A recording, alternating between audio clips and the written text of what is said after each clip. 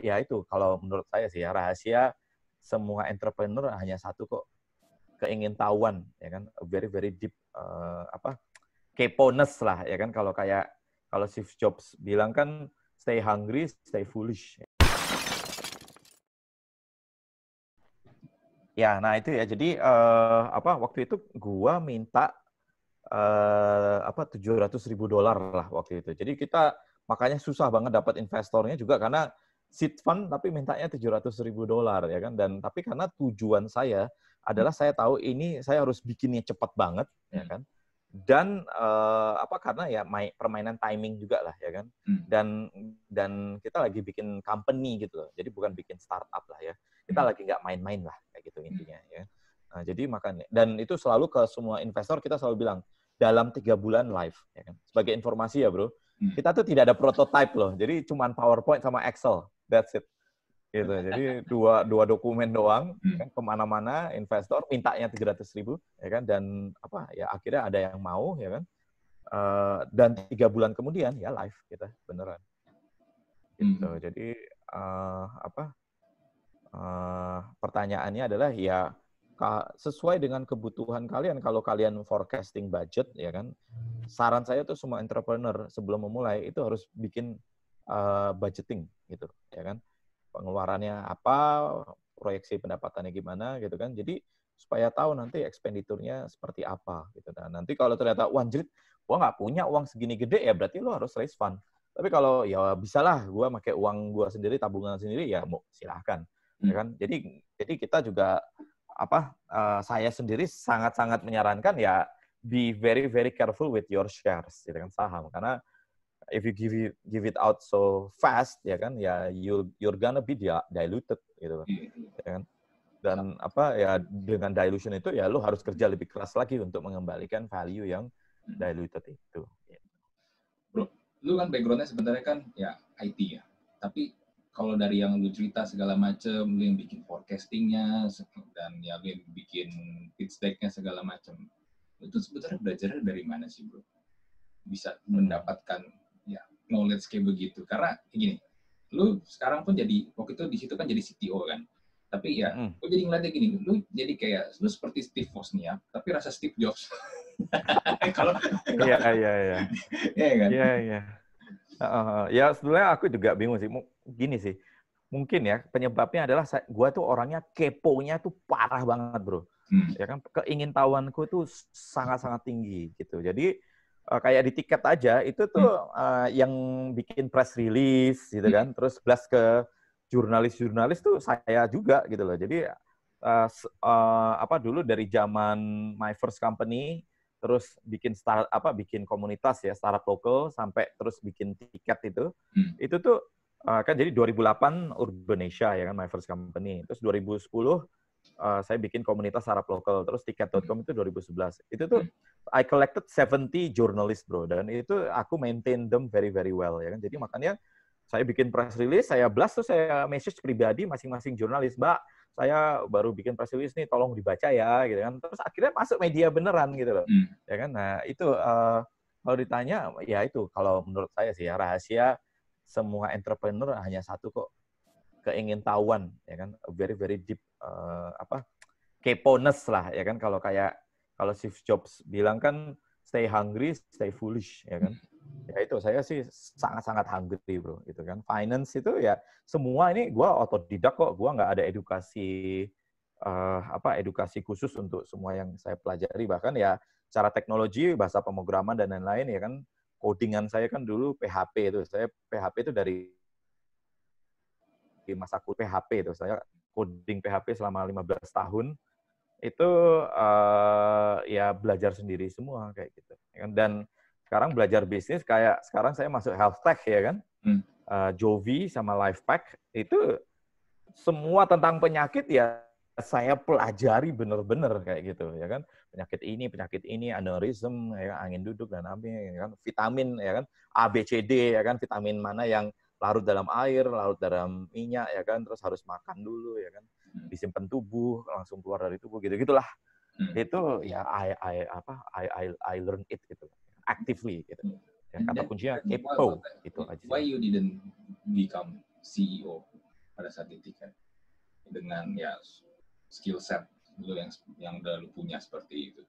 Kenapa tetap jadi CTO? Karena gini, agak jarang, gue malah hampir nggak pernah dengar CTO yang press release. Biasanya CTO itu benar orang yang di belakang layar, yang bukan orang yang dalam tanda kutip narsis ya, di ini ke media, publik, segala macam, ngomong kemana-mana gitu. Lu boleh bilang anomali sebenarnya sih kalau talk about that. Iya, iya. Ya, jujur loh ya. Jadi aku jadi CTO tuh 12 tahun ya, Bro ya. Dari tahun 2008 sampai tahun 2000 lah ya. Nah, itu 12 tahun saya jadi CTO ya kan. Itu salah satunya juga adalah satu ya, I'm very good in technology ya kan. Maksudnya kalau suruh milih ya antara bisnis sama teknologi, suruh milih, saya pasti pilih teknologi gitu kan, karena I'm really good at this kayak gitu ya kan. Dan terbukti kayak Tiket aja kan 3 bulan live ya kan.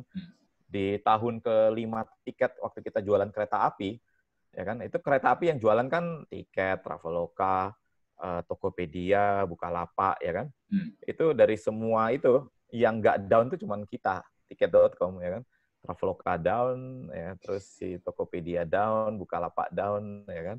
Gitu. So ya secara teknologi I'm really good at it. Makanya saya selalu berpesan ke teman-teman juga kan, Diamond itu diasah gitu loh ya kan. Diamond diasah karena fasad itu mukanya makin banyak, Diamond itu makin mengkilat gitu. Tapi yang lo biasa aja kayak kalau menurut saya sih ya, kemampuan bisnis saya tuh nggak luar biasa ya kan. Saya tahu tapi saya nggak luar biasa. Ya itu dijadiin aset tapi bukan sebagai patokan utama gitu. Nah, dan juga di Tiket.com waktu itu CEO-nya itu hebat banget gitu. Jadi CEO saya itu 30 tahun pengalaman bisnisnya, Bro, gitu kan. Beliau waktu join Tiket itu usianya 64 tahun. Ya kan? Dan itu I learn a lot from him lah, cara pikir ya kan. Terus strategik dan bahkan banyak ya yang waktu itu kita komplain ya kan, Pak, kenapa kok gini-gini? Kita nggak setuju gini kan. Semua co-founder komplain termasuk saya. Terus akhirnya ujung-ujungnya beliau bilang itu gini, pikiranmu belum nyampe. Ya kan? And then 3 years later itu kejadian, Bro. Dan benar apa kata dia, 3 tahun kemudian gitu loh. Jadi waktu itu role model saya adalah beliau, itu saya I feel not worthy gitu. Saya merasa ini saya masih jauh untuk belajar jadi CEO. Jadi saya tuh suka ketawa sama orang yang passion-nya tuh jadi CEO gitu loh. Padahal jadi CEO itu tanggung jawabnya tuh berat banget ya kan.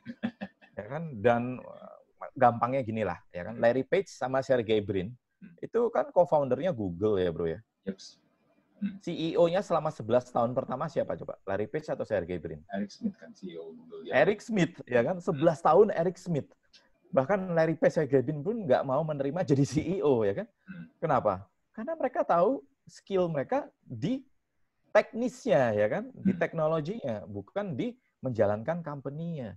Jadi they hire a professional, ya kan? Dan kita sangat beruntung kita punya CEO profesional, gitu. Jadi ya Tiket ya bisa bertumbuh ya kan sampai akhirnya ya diakuisisi gitu. Ya, bahkan Tapi ada tapinya ya. Ada tapinya tuh gini. Begitu saya sekarang jadi CEO, Bro, selama setahun ini. Ya. Gue sebetulnya jujur aja nyesel juga gitu. Kenapa nggak dari dulu gue jadi CEO ya?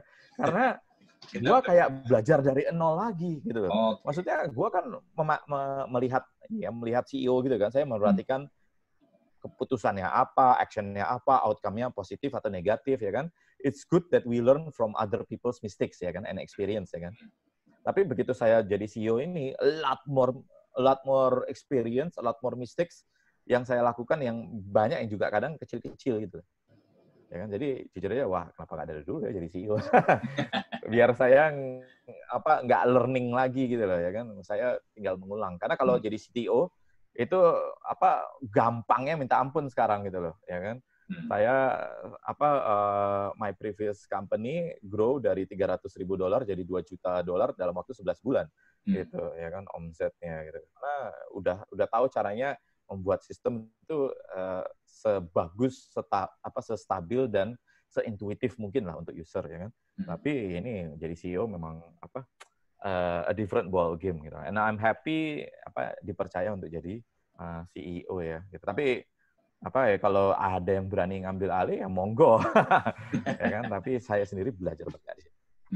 So, what do you think about nih? Sekarang ini kan banyak orang tuh anak muda bermimpi pengen buka startup. Ya mereka buka startup dan ya karena nggak ada orang ya suddenly mereka yang jadi CEO di usia muda. Dan kalau mau tadi kan lu sempat bilang Larry Page dan Sergey Brin aja dulu di awal-awal nggak jadi CEO Google kan. Even kalau kita juga lihat Steve Jobs pun di awal-awal dia bukan CEO Apple, bukan dia kan, dia nunjuk orang lain kan buat yang jadi incas jadi CEO-nya Apple. Nah, gimana lu lihat fenomena anak-anak masih muda baru lulus kuliah masih umur 20 jadi CEO? Iya, gini ya kalau menurut saya ya, nggak apa-apa gitu, nggak masalah, cuman mindset-nya harus benar. Gini, 90% startup will fail in 5 years, ya kan? 90% startup gagal dalam waktu 5 tahun, ya kan? Gede banget kan, berarti itu rasionya 9:1, satu yang berhasil. Nah, ya mindset-nya tapi harus berani gagal. Itu aja, ya kan? Bahwa apa yang kalian lalui ini nih ya apa? Kemungkinan gagalnya itu sangat-sangat besar, ya kan? Dan jangan baper gitu loh, jangan sakit hati terus habis itu nyesel terus nyerah, ya udahlah jadi karyawan aja lah kayak gitu-gitu, ya kan? Jangan kayak gitu. Coba terus gitu, karena secara riset juga terbukti, ya kan? Orang yang successful, ya, entrepreneur yang successful itu average-nya usianya 45 tahun, ya kan? Gampangnya gini lah, Steve Jobs, ya kan? Steve Jobs itu kan mulainya dari awal juga, tapi beliau ya very successful ya ketika iPhone dan lain-lain kan itu di usia di atas 35 tahun. Tesla ya kan, Elon Musk itu juga usianya mungkin waktu dia memulai PayPal dan lain-lain ya kan dari usia muda kan, tapi very very successful-nya kan juga ini kan sekarang ya kan, saat-saat sekarang kan yang dia jadi apa ya bilioner ya kan. Nah itu juga di usia yang sangat senior ya kan. Jeff Bezos juga ya kan, dia mulai sangat-sangat muda tapi sekarang Amazon-nya gede banget ya di usia 40-an gitu. Jadi jangan kalian inilah, jangan salah role model gitu loh ya kan. Maksudnya jangan salah role model gini. Kalau kita ngelihatnya kayak si founder Facebook Mark Zuckerberg ya kan. Menurut saya Mark Zuckerberg itu satu ya anomali gitu loh. Anomali itu dia satu ya pinter ya kan, tapi juga beruntung banget, ya nggak? Andai kan dia tidak ketemu si twin apa siapa ya si kembar itu, mungkin nggak dia bikin Facebook? Belum tentu ya kan. Terus mungkin nggak dia sesukses sekarang, belum tentu. Jadi banyak juga tuh faktor luck ya kan. Dan menurut saya ya Mark Zuckerberg diberkati oleh luck yang sangat besar. Nah kita yang luck-nya nggak terlalu banyak ya, cara ngumpulin luck-nya adalah dengan melakukannya berkali-kali ya kan, sehingga probabilitasnya sampai exhausted, sampai probabilitas kegagalan 90%-nya habis, sehingga sisanya adalah 10% kesuksesan itu. Nah, bro, buat lu sendiri nih, tiket.com itu artinya apa sih buat lu? Boleh dibilang kan dari semua startup yang lu udah jalanin, tiket itu kan adalah salah satu yang boleh dibilang yang paling sukses lah. Apa sih arti tiket.com? Ya, ini ya kalau buat aku tiket.com is another learning ground ya kan. Jujur loh ya, selama karir saya tidak pernah lebih dari 2 tahun gitu kan. Karena saya tahu gini, kalau saya sudah nggak berkembang, saya move on gitu. Jadi kayak training center tadi ya, saya join September, saya resign-nya Agustus, tepat 2 tahun kemudian, end of August ya kan. Saya join 1 September, saya pasti resign 31 Agustus. Itu konsisten ya kan. Bahkan my first company City Directory juga gitu, 2 tahun juga itu. Kenapa saya left waktu itu ya karena saya tahu wah ini kayaknya nggak berkembang nih, nggak kemana-mana nih ya kan. Saya move on gitu. Jadi I'm the kind of person tuh yang men-treat everything tuh as a business, not as a baby, ya kan. Nah, tiket itu anomali ya kan, karena saya stay with them for 6 years ya kan. Karena saya tahu ini masih berkembang nih ya kan. Bahkan every year waktu itu berkembangnya 300% gitu kan. Jadi karena saya tahu ini masih berkembang ya saya masih stay kayak gitu ya kan. Tapi ya itu is a very good learning ground karena that's the first time I earn my first 1 trillion $1 triliun gitu ya. Dan ya quote unquote ya untuk teman-teman yang belum pernah merasakan 1 triliun rupiah, suatu saat nanti ketika kalian mencapai itu ya, nggak ada bedanya. Jadi memulai dari nol dan memulai dari 1 triliun rupiah tuh rasanya nggak ada bedanya gitu. Ya. Nah, terus saya juga beruntung juga merasakan pensiun gitu kan. Jadi setelah saya dari tiket ya kan exit ya kan, terus saya resign, saya kan pengen pensiun nih bro 1 tahun ya kan, pengen nyantai ya kan, karena ya bagus lah exit money-nya ya kan. Ternyata pensiun itu nggak enak banget bro. Ya kan? Aku kerasa banget kalau aku makin kayak orang bego banget gitu ya kan. And then kita tuh waktu selama saya quote unquote pensiun itu tuh kita pergi ke 4 benua, 10 negara ya kan. Kalau nggak salah 15 atau 20 kota gitu kan. Jadi travelingnya banyak banget dan itu apa ya? Buat aku loh ya, jujur aja aku aja nggak ingat itu travelingku waktu itu tuh nggak memorable gitu. Tahu nggak kenapa? Karena nggak ada usahanya untuk mencapai traveling itu gitu. Ngerti nggak maksudnya? Ya kan misalnya kayak gini lah, kayak corona ya kan, terus kita bercita-cita kan, gue pengen pergi ke sini, nanti kalau corona udah selesai. Nah begitu kita corona selesai terus kita pergi itu kan kerasa ya, karena impiannya akhirnya tercapai. Tapi waktu yang traveling banyak banget itu benar-benar apa ya, nggak kerasa holiday-nya gitu loh. Jadi lucunya kita butuh holiday setelah holiday karena capeknya yang ada malah capeknya gitu. Ya, 2 minggu lebih traveling lebih dari 2 minggu itu hambar habis itu.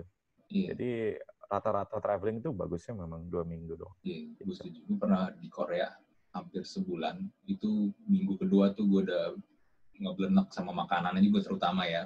Pengen pulang, ribu nasi uduk, gado-gado segala macam. Iya. Tapi pas lihat tiket, exactly. tiketnya, waduh masih lama lagi, masih tanggalnya. Betul.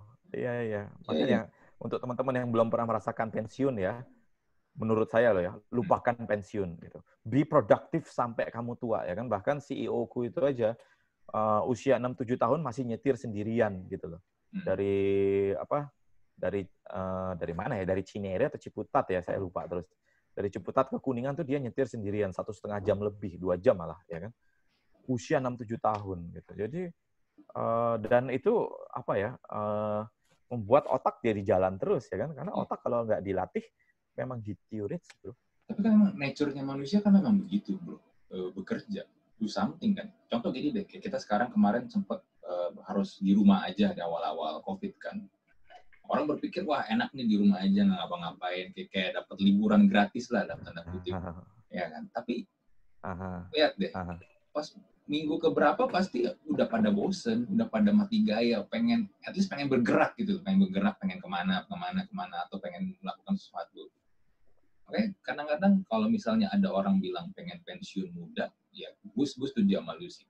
Gue ngerasa kayaknya itu juga bukan gue banget sih. Gue sih malah gue pengen kalau misalnya umur gue panjang ya, kalau misalnya gue ngerti sesuatu, nih gue kerjain sesuatu, karena hal baru itu selalu ada gitu. Kayak misalnya gue kerjain sekarang podcast ini hal baru. Gue aja mungkin kalau 50 tahun yang lalu gue nggak pernah berpikir gue jalanin podcast. Exactly. Dan gini sih bro, maksudnya jujur loh ya, kayak lo ini ya bikin podcast ini, mungkin lo merasa ini ya cuman rekaman biasa kayak gitu ya. Tapi over the time ya, dari pengalaman saya, kalau kita bikin konten gitulah ya kan, dan ini konten yang positif ya kan, nggak cuman yang hura-hura gitu loh ya, tapi benar-benar yang bisa membangun kayak gitu. Itu tuh bayarannya tuh bertahun-tahun kemudian gitu. Karena saya sering banget itu yang bilang tuh Pak Nat, karena artikel Bapak ini saya jadi kayak gini gitu kan. Wanjrit, padahal saya sendiri waktu nulis itu aja cuma iseng doang kayak gitu kan. Tapi bisa mengubah masa depan manusia gitu. Jadi I think I can say that you are doing a really great thing gitu kan. Either you realize it or not, tapi pasti gue berani taruhan ya 5-10 tahun tiba-tiba akan ada yang komentar, bro ini talk to talk lo itu benar-benar waktu itu membuka pikiran gue kayak. Gitu. Iya. Sebenarnya itu berkat yang luar biasa sih. Iya. Buat gue sebenarnya bensinnya itu adalah kadang ya ada yang datang atau mungkin komennya sebenarnya simpel. Kayak waktu itu gue sempat ada bikin konten kalau nggak salah judulnya keperawanan seberapa penting sih buat lu. Yang ngisi kontennya adalah cowok-cowok termasuk gue gitu. Jadi gue sebagai cowok bahas tentang sebenarnya virginity itu penting nggak sih? Ada satu cewek komen, dia bilang dia sangat terberkati karena dia berpikir selama ini cowok tuh merasa kalau cewek itu udah nggak perawan itu ya udah cewek itu ya harganya turun lah dalam tanda kutip ya. Tapi ketika dia nonton konten gue di YouTube, dia bilang dia masih terberkati karena ternyata masih ada.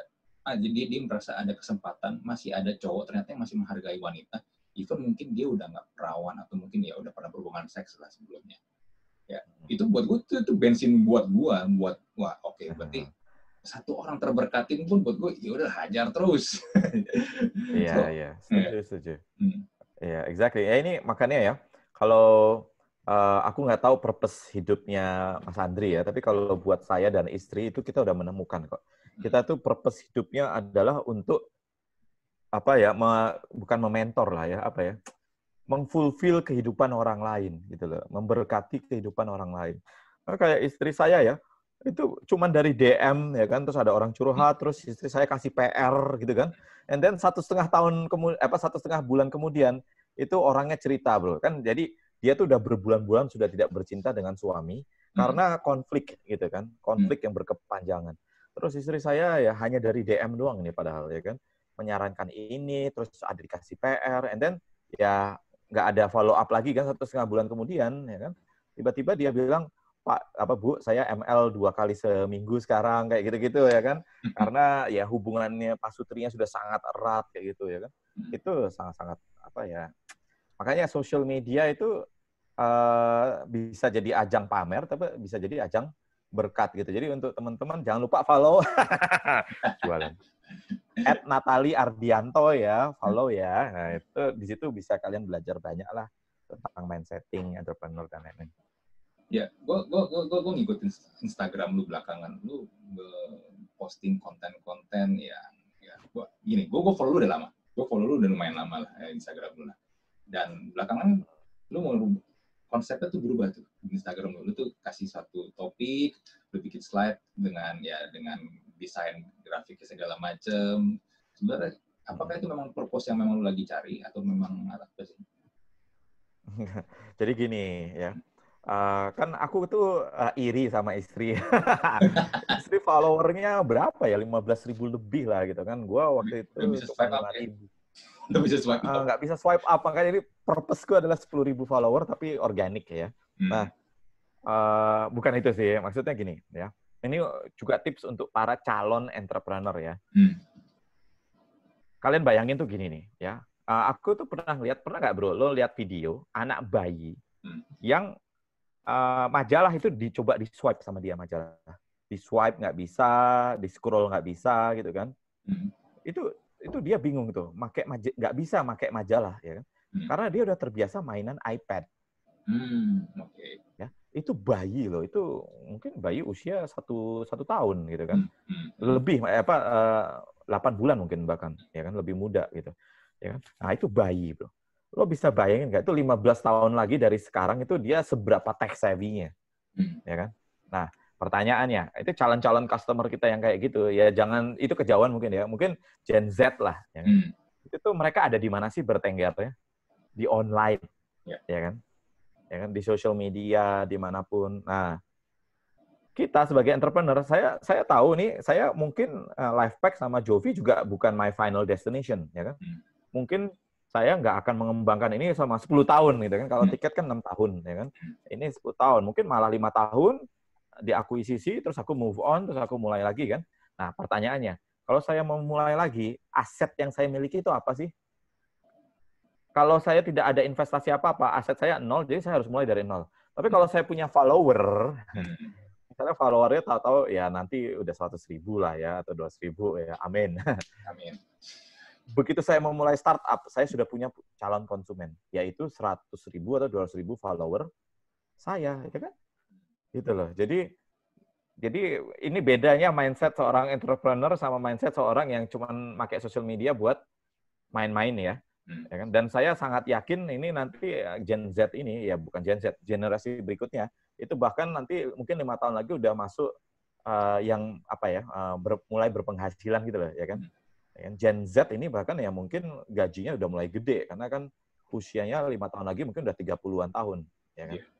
Gitu, 30 35 tahun gitu. Jadi ini yang lagi aku lakukan itu tuh investasi sebetulnya.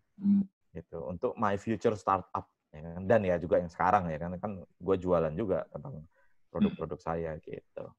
Gitu bro. Jadi pasti ya nanti ada 2 founder nih. Satu founder punya social media, satu founder nggak punya. Ini company-nya mungkin sama, tapi nanti menurut saya ya, company yang cepat maju adalah company yang foundernya itu punya akun, followernya udah banyak sehingga menarik orang untuk menggunakan produk berikutnya itu lebih gampang. Ya kan? Ya kayak Elon Musk lah. Elon Musk bikin A, bikin B. Nanti dia mau bikin C, gampang nggak? Gampang, orang yang ngefans dia udah banyak. Ya, sebenarnya Elon Musk bikin Tesla, bikin SpaceX, sebenarnya orang beli bukan karena Tesla atau SpaceX sih, karena Elon Musk. Iya, itu setuju juga, ya kan? Elon Musk itu produknya bagus, tapi Elon Musk-nya sendiri yang eksentrik, ya kan? Twitter-nya geblek, ya kan? Berani banget, ya kan? Ngimeng gitu-gitu, ya. Tapi I think ini sih, kita suka, makanya waktu dia mau bikin sesuatu nih, ya kan?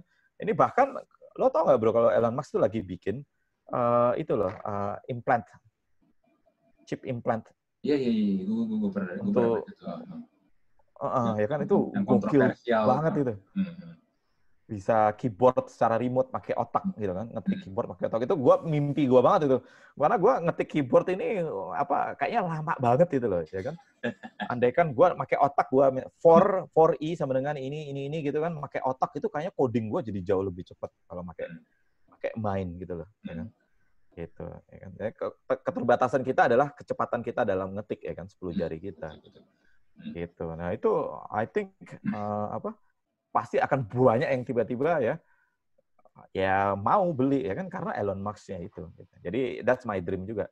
I'm using my social asset, ya kan, to become capital, ya kan, for the next iteration of company misalnya. Gitu. Kalau tadi pertanyaan lu tadi nanyakan purpose gue apa bikin podcast ini. Sebenarnya purpose gue tuh simple. Alasannya karena gue bosen dengan konten-konten YouTube dan konten-konten sosial media dan TV nggak usah ngomong lah ya. TV ya udahlah, udah itu nggak usah ngomong. Gue bosen karena makin kesini kontennya makin lama ya makin nggak ada, satu nggak ada variasi, dan yang kedua ya nggak ada isinya. Ya mungkin secara kuantiti banyak ya, orang berlomba-lomba pengen supaya YouTube channelnya dimonetize, dan gue kasih tahu YouTube tuh ketika dimonetize di awal-awal duit itu kan nggak ada, dia pun udah dimonetize duit itu kecil banget beneran. Ya buat gue itu, dan to be different sekarang gini, gue pengen bikin sesuatu yang berbeda karena buat gue di YouTube ini orang yang bikin konten positif itu tuh dikit banget, sharing something yang bagus itu tuh dikit banget. Ada juga paling ya 1-2 lah, tapi yang secara konsisten bikin terus-terusan, gue targetin seminggu sekali itu at least ada satu konten, apapun itulah, apapun itu kontennya, at least gue bisa share sesuatu yang positif. Walaupun kadang-kadang gue kalau bikin thumbnail suka clickbait ya.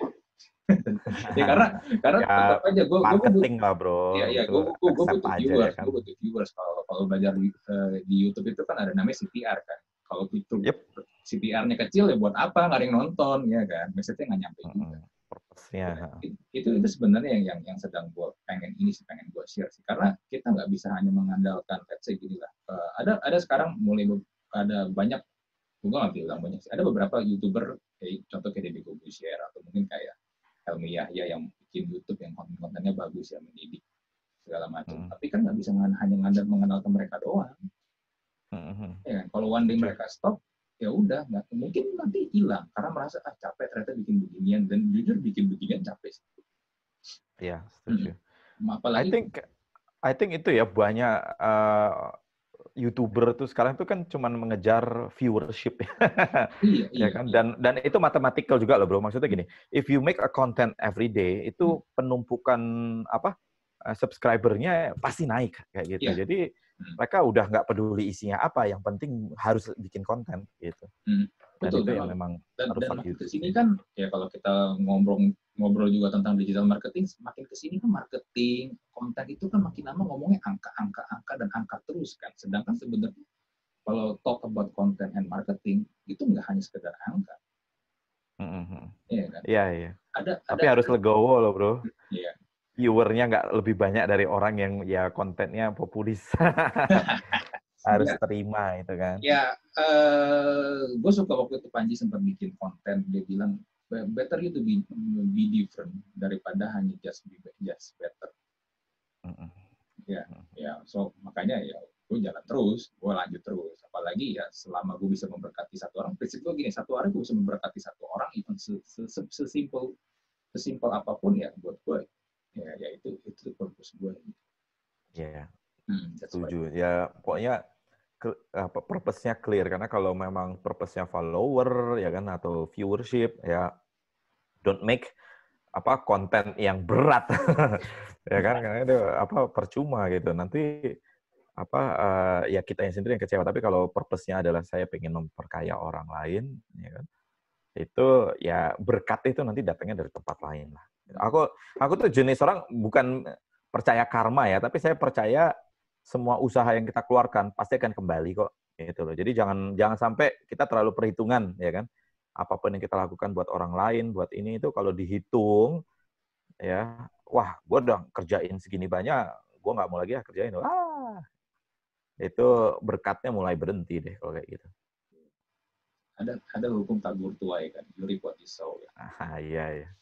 Ya, itu salah satu ayat yang saya sangat suka gitu. Dan gini loh, uniknya ya, sebetulnya ya di tabur dan tuai, lo tau nggak yang lo tabur tuh apa, bro? Biji Iya. kecil. Tapi yang lo Biji tuai itu gede banget dan banyak. Satu biji itu bisa hasilnya banyak. Jadi kayak buka pintu gitu loh, ya kan? Lo cara buka pintu kan gede nih. Tapi untuk buka pintu pakai apa? Pakai kunci. Kuncinya gede atau kecil? Kecil. Jadi sebetulnya ya, kita tuh apapun yang kita lakukan, walaupun kita pikir ini sangat besar, nanti dibalikinnya itu jauh lebih besar lagi.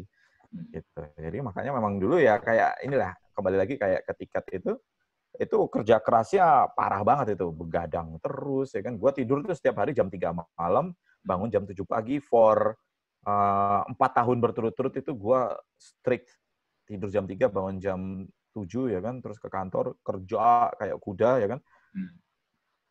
Kalau weekend Jumat tuh biasanya aku pacaran sama istri ya kan, nonton midnight jam 12 itu, terus tapi balik lagi ke kantor ya kan. Di situ masih banyak karyawan aku tuh di kantor ya kan, masih ngobrol, masih discuss kayak gitu-gitu. Jadi they all work hard, really really hard, nggak ngitung waktu ya kan. Dan ya terbukti hasilnya ya kan. Tiket bisa sebesar itu ya kan, malah sekarang terberkati lagi kan, nggak ada yang di PHK ya kan. Jadi aku happy banget lah. Kalau nggak salah hari ini berulang tahun ke-9 ya. Tadi sempat iya. iklan di Iya. Iya. Agustus. Iya. Ultah. Well bro, terus sekarang kan gini, lu switch ke Caltech.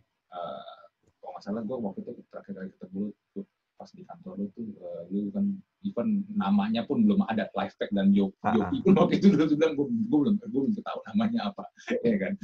Iya. Nah, kenapa sih lu berpikir untuk, karena lu bilang sama gue masih ingat banget, tahun 2020 adalah tahunnya Caltech setelah fintech kan, setelah masanya Iya. itu memprediksinya atau memang ya, kalau lihat 2020 sekarang ini kan ada COVID, ada pandemi, ya itu kan sangat berhubungan dengan kesehatan. Apakah lu memang udah melihatnya?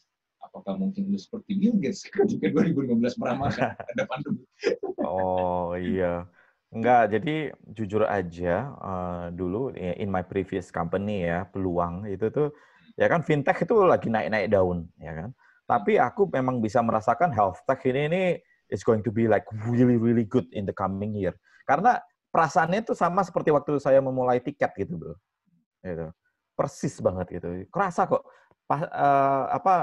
Mungkin ini sensitivitas entrepreneur ya kan. Tapi saya bisa ngerasakan ini bakalan gede nih. Karena satu ya, kita di health tech itu kan sudah ada satu yang udah gede banget ya kan, Halodoc ya kan. Ya, betul. Terus raising fund-nya udah luar biasa ya kan. Itu tuh udah indikator kok gitu.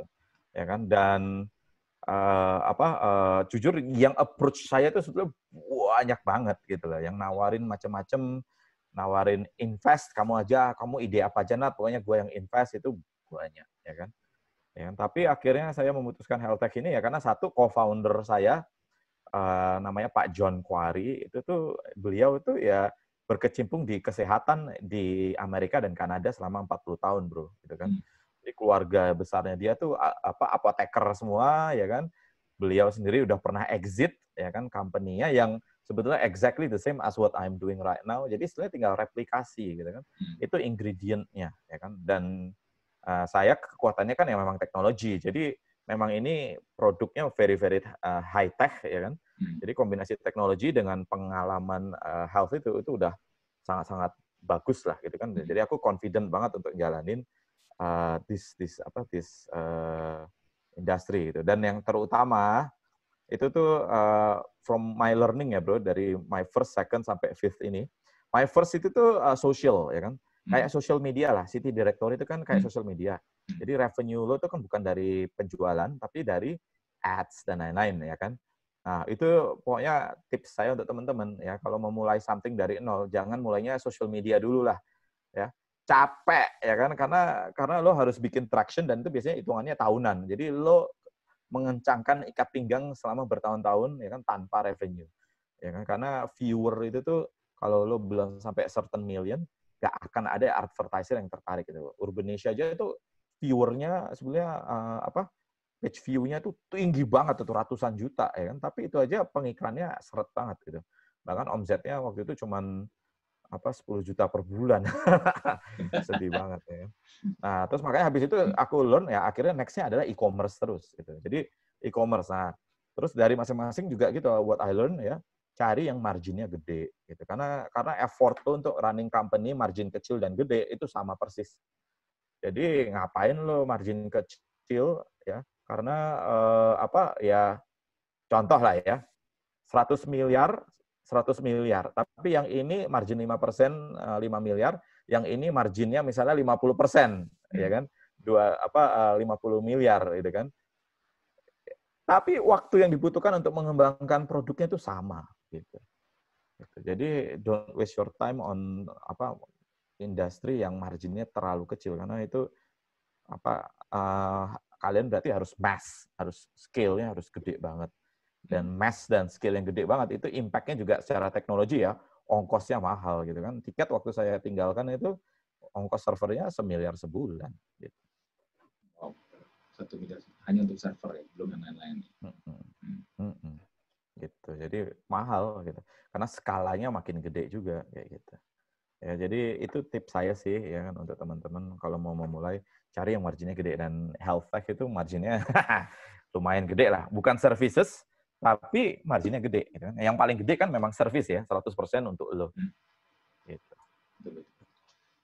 Terus bro, kenapa sih lu concern banget sama dan lu suka banget mentoring para gue sering lihat kan, wah lu membuka siapapun kalau emang pengen lu mentor, please come ya, tapi asal mentorable. Gue sering dengar lu ngomong dia gitu kan di sosial media, lu pun juga sering banget mention tentang itu. Kenapa sih memang apa yang lu cari dengan lu mengembangkan startup di sekitar lu itu? Apakah lu pengen bikin sistem kayak Silicon Valley di Amerika atau gimana? Enggak, jadi gini bro, ya gua ya ini ya mungkin karena aku tuh orangnya kayak pemain catur yang stepsnya udah terlalu jauh ya. Ini nih orang-orang muda ini yang mimpinya ingin jadi entrepreneur ya kan dan memulai dari nol ya kan. And then I get the chance to help them from zero. Lo bisa bayangin nggak sih kalau tiba-tiba mereka jadi unicorn? Ya kan? Ketika mereka jadi unicorn dan aku belum unicorn, bisa nggak gue minta tolong mereka? Bro, ya kan masih ingat Natali nggak? Oh iya Pak, ya pasti inget lah, Wong dulu bantu saya mentor, ya kan? Gitu bro. Jadi aku tuh lagi investasi sebetulnya, ya kan? Investasi aku adalah network, ya kan? Nah, apa sih yang bisa aku bayar dari investasi network itu adalah my knowledge, gitu. Jadi saya bayar knowledge, in return saya dapat network, gitu. Jadi kalau bahkan di ponsel saya, bro ya, itu di ponsel saya ini kalau boleh gua tunjukin nih ya kontak gua nih, ya. Nih ya, nah kontak gua, ini kalau lo lihat itu jumlahnya ya, 22.000 bro. Ya kan?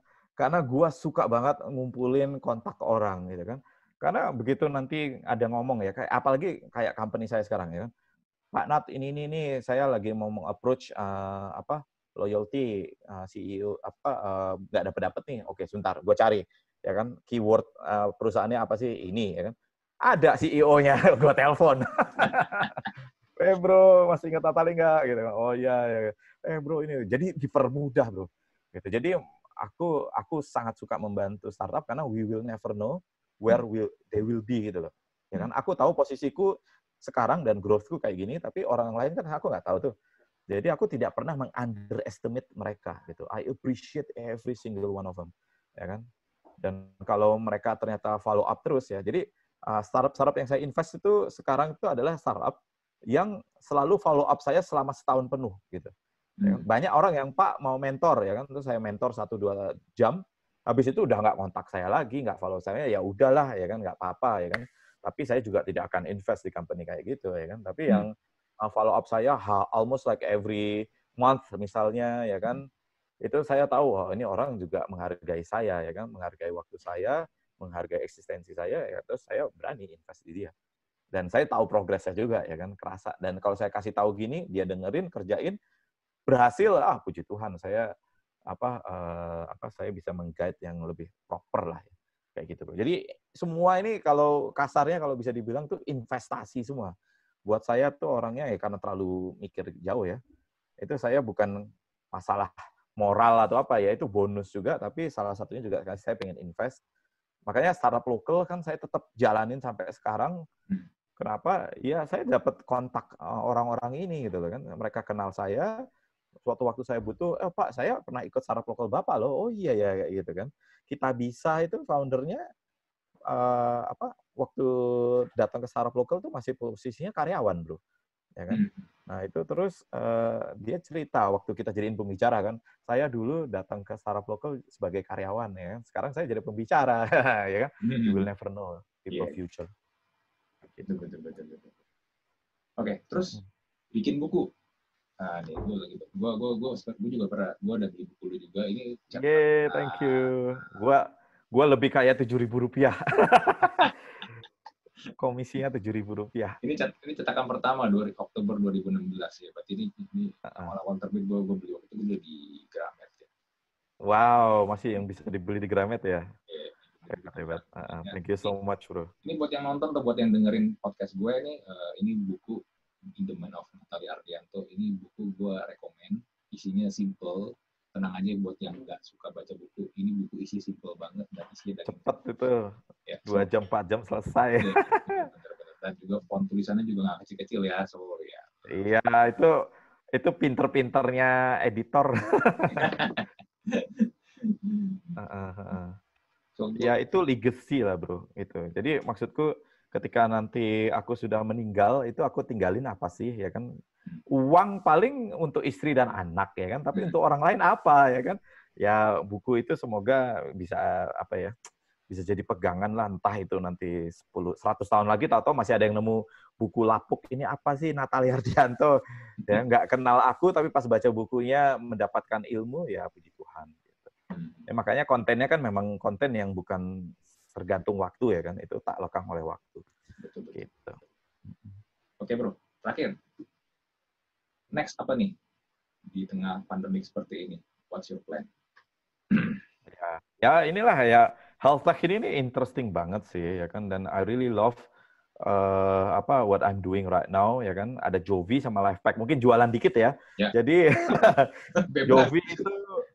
Jovi itu recommendation engine untuk suplemen, bro, gitu kan. Jadi if you don't know what is the right supplement for me, you just answer a few questions from my apps, ya kan, and then the system will recommend the right supplement, ya kan. Ini yang mengawasi adalah dokter, nutrisionis, dan apoteker, gitu. Jadi sangat-sangat aman untuk dikonsumsi setiap hari, gitu. Sedangkan yang satu lagi Lifepack itu kita digital pharmacy, ya, apotek digital. Sebagai informasi untuk teman-teman yang nggak tahu, menurut masyarakat anti pemalsuan, itu 25% obat yang beredar di Indonesia itu palsu, ya. Jadi satu dari 4 pil ya yang beredar di pasaran itu tuh palsu, kan ngeri banget ya kan. Nah jadi makanya kami sendiri ini bukan agregator apotek, tapi kita adalah apoteknya gitu. Jadi kita tahu kita beli dari mana ya kan, terpercaya dari pedagang besar farmasi yang memang bekerja sama dengan pharmaceutical-nya gitu. Jadi hopefully obat yang kalian konsumsi itu aman gitu kan. Dan kita punya blister packaging, bro. Iya. Bentar. Ini life pack ada blister, bro, gitu. Nah, ini untuk orang tua sangat membantu kan. Jadi nggak salah minum obat gitu. Ya kan? Dan ini ada informasinya kapan minumnya, ya kan? Terus isi obatnya apa gitu. Dan ini bisa dirobek ini. Jadi kalau misalnya orang aktif ya kan siang sama sore saya robek nah itu bisa dirobek ya kan, dibawa kantor jadi pas jamnya minum dan itu satu kali makan gitu. Jadi ini pagi, siang, sore, malam kayak gitu. Jadi very very efektif lah kotak obat disposable. Kayak gitu. Ya.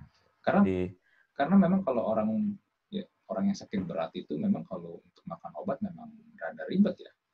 Obatnya banyak dan sehari kan harus makan at least 2-3 kali kan. Yap, 5-10 pil, bro, gitu kan. Dan average-nya aja rata-rata itu 5 juta rupiah obat zaman sekarang itu kronis. Ya kan? Jadi ngeri banget, mahalnya gokil banget sih zaman sekarang. Itu kalau teman-teman nggak punya asuransi sih, gila game over sih. Ongkosnya, ya kan. Kayak gitu. Jadi Indonesia ini, bro, penyakit kronis tuh ada 61 juta orang di Indonesia yang menderita penyakit kronis seperti kolesterol, hipertensi, jantung, stroke, ya kan, diabetes, dan beberapa penyakit lainnya itu 61 juta. Banyak banget gitu. Jadi kita sebagai anak muda harus mulai sadar kesehatan gitu loh. Konsumsi yang tepat, ya kan. Suplemen itu sangat membantu karena kayak kolesterol itu bisa diturunkan dengan konsumsi omega 3, fish oil kayak gitu-gitu. Ya kan? Daripada minum obat mending minum suplemen ya kan. Which is menyehatkan badan juga. Mengencerkan otak juga itu omega 3 itu kan membantu clear things out gitu loh. Karena dia ada kandungan yang agak mengencerkan darah sehingga sirkulasi lancar ya dan kita jadi lebih jernih dalam berpikir. Gokil lah pokoknya. Ini saya juga jujur aja agak nyesel sih belajar tentang kesehatan baru setelah memulai health tech ya kan. Andaikan dari dulu mungkin I can become a very very health freak juga gitu.